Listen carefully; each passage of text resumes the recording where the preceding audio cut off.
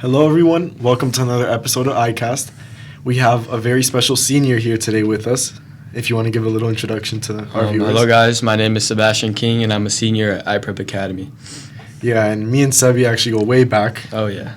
Regarding one of the topics we'll be talking about today. Me and him played soccer back in Miami Shores. Yeah. When we were in first grade. If you want to share that experience a little more. Yeah, so I guess when I first started playing soccer, I was at Miami Shores, obviously. Yeah. And first team, Coach Gibran, me and Mateo were teammates. Current inter-coach. Yeah. And yeah, that was like the start of the journey that led me here. And it was a fun time. Me and Mateo played games together, went to practice together. It's very fun. It was a fun time. We carpooled a lot. Yeah. And now look where he is, D1 College. Exactly.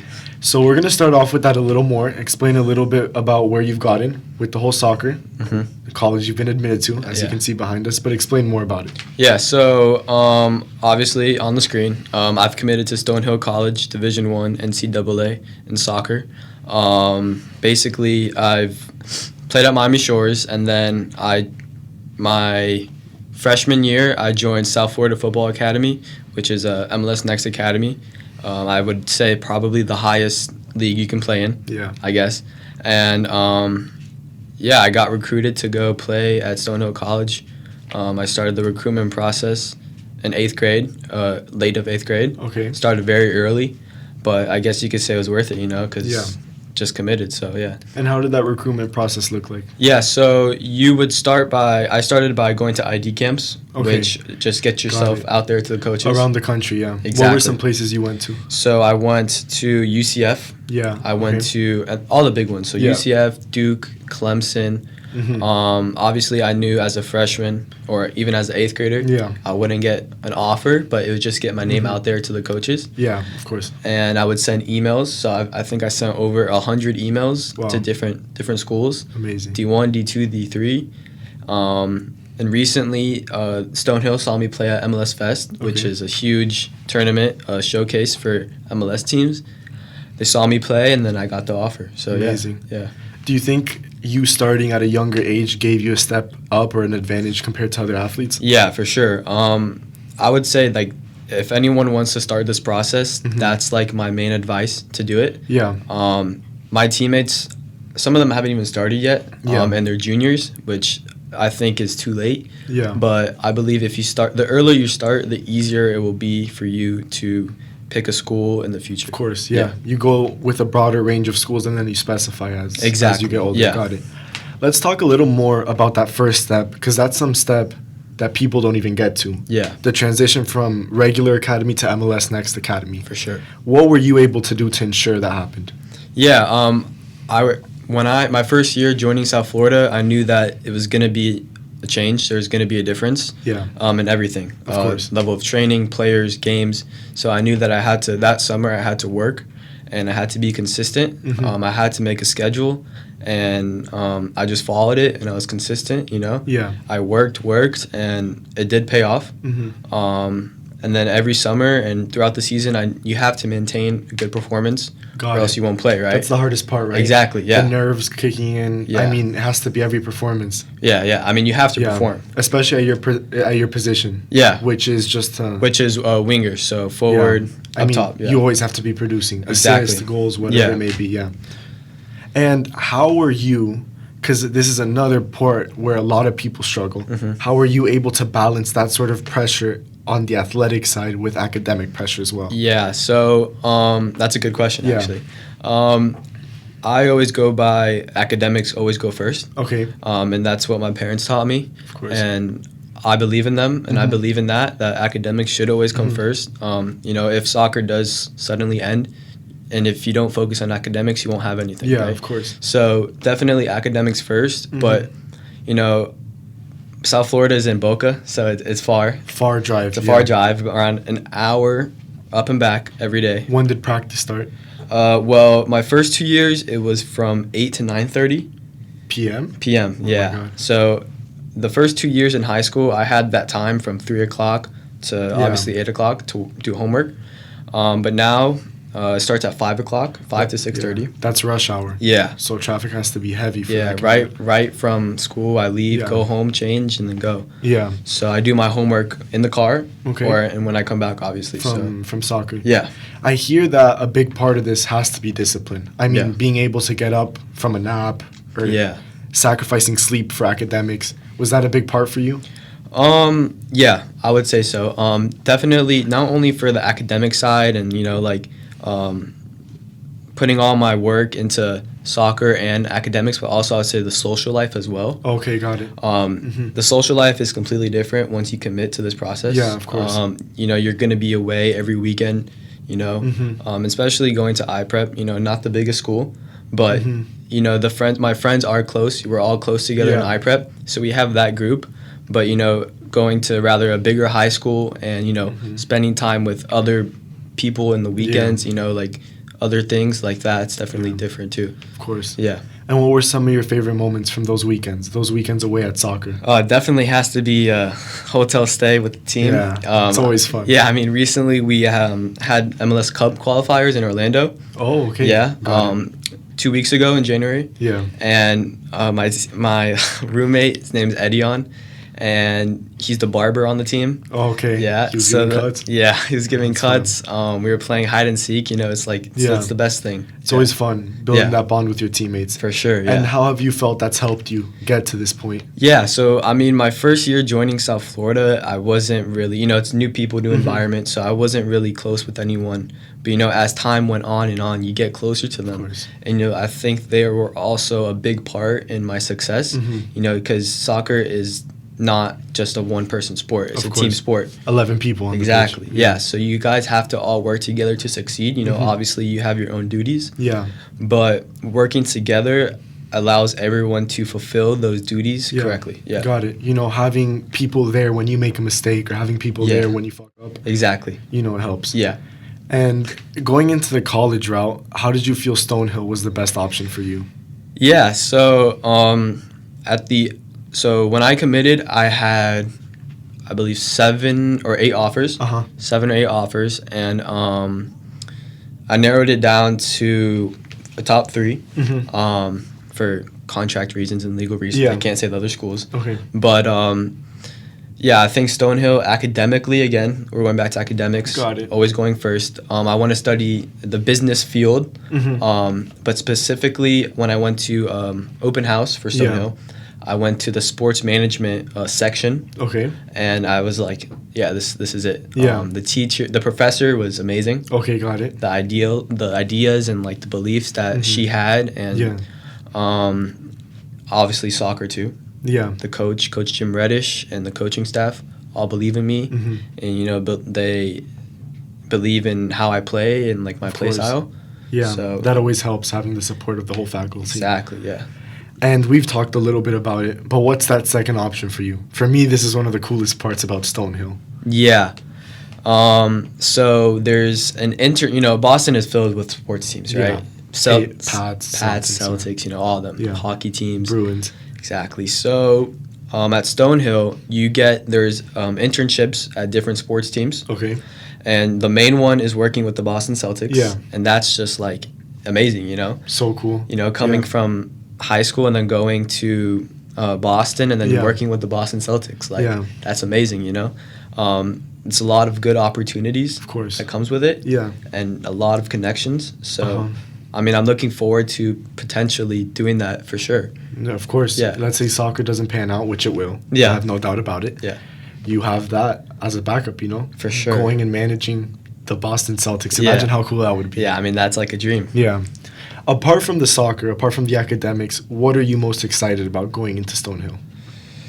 Ooh, okay.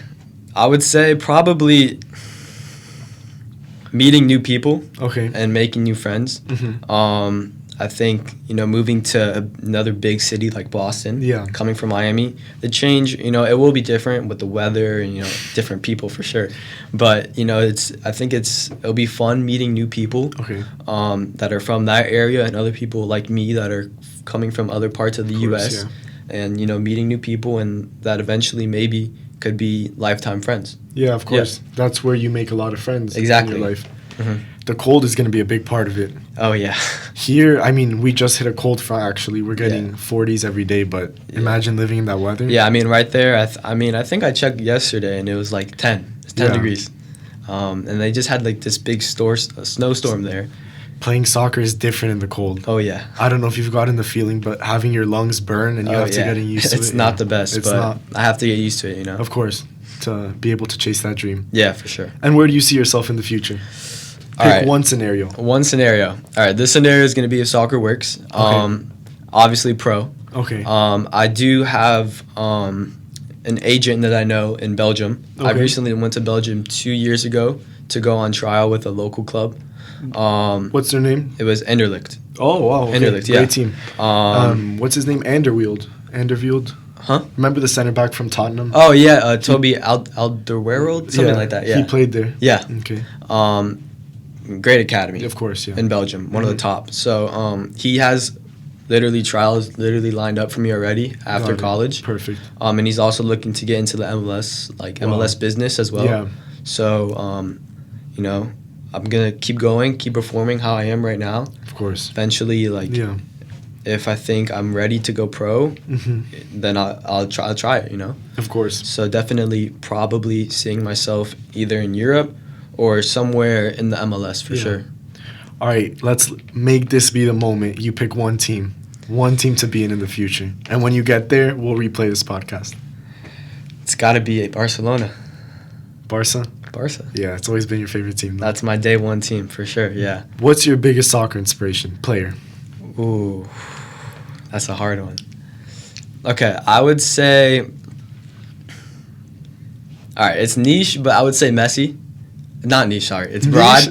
Sorry, wrong language. It's broad, but I would say Messi. Yeah, I mean, ever since I was a kid, you know, I'm a big Barca fan. So I mean, Messi's been there since I was supporting Barca. So definitely, I would say definitely Messi for sure. Okay. 100%. Yeah, that's like a million kids. More. Yeah, I mean, but currently, right now. Yeah. My inspiration for, I would say he's my inspiration because like the same play style and everything. You model your play around him. Got it. Yeah. I would say right now, Jeremy Doku. Oh wow. Okay, yeah. That's a change. For me, I think he is one of the best. Hot take, maybe the best winger in the world right now. More physical. Yeah. More speed. Yeah. Yeah. I see. He's a speedy player. He's not the tallest. Yeah. He is big, but his play style, I guess you can say, kind of matches mine. Yeah. There's differences, but I would say, the 1v1 aspect, winger, pacey. Yeah, take with speed. Exactly. Yeah, so I would definitely say right now Doku for sure. Yeah. And here, I mean, across the U.S., across the world, really, you have a lot of student athletes. And I think a lot of dreams die during those high school years, For sure. I wouldn't say my dream died, but I did play soccer and I gave it up for academics. And I know a lot of kids go through that same process. What advice would you give to kids that go through that? I would say don't overwork yourself. I know plenty of people that have been through this process before and are still in this process, but either their love for the game just vanishes, dies, because they're overworking every day, overtraining themselves, their bodies are hurting, Of course, It doesn't become fun, right? Yeah. But and also for school, I wouldn't say over stress yourself on schoolwork and focusing on school. Yeah. Because you have to manage both at a certain level to where like you can do this perfectly and this perfectly, you know, and where when it combines, it's perfect, Yeah. So I would say definitely don't overwork yourself. If you do feel overworked, just like take a break. It's fine. You could take a break. Yeah. Yeah. No, I get it. Find a balance, but keep enjoying both. Exactly. Yeah. Don't end up hating one or the other. Exactly. For sure. Yeah. Got it. And you don't feel like you've had that in the past? Never. There was a point. I would say I think it was my sophomore summer. I would literally train twice a day, 7 times a week. It was stressful.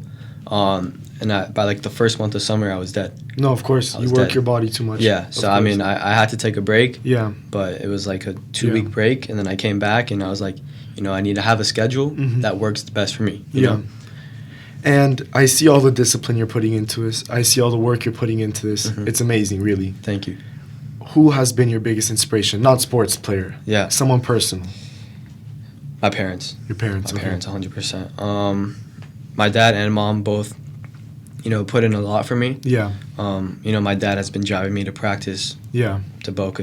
That's crazy. Since we've been in Miami Shores. Exactly. He He drives us to practice. He's driven me everywhere. Yeah. To games, practice, ID camps. Yeah. Literally everything. Incredible. And even my mom.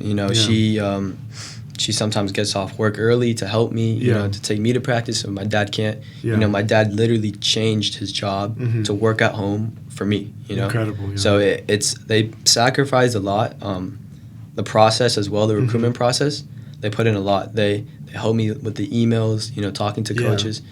So for me, I think it was more stressful for them, the actual process. But, they were like literally when I got the offer and I accepted it, they were crying. No, of course. They were crying, Having that emotion to see your kids succeed like that, I can only imagine.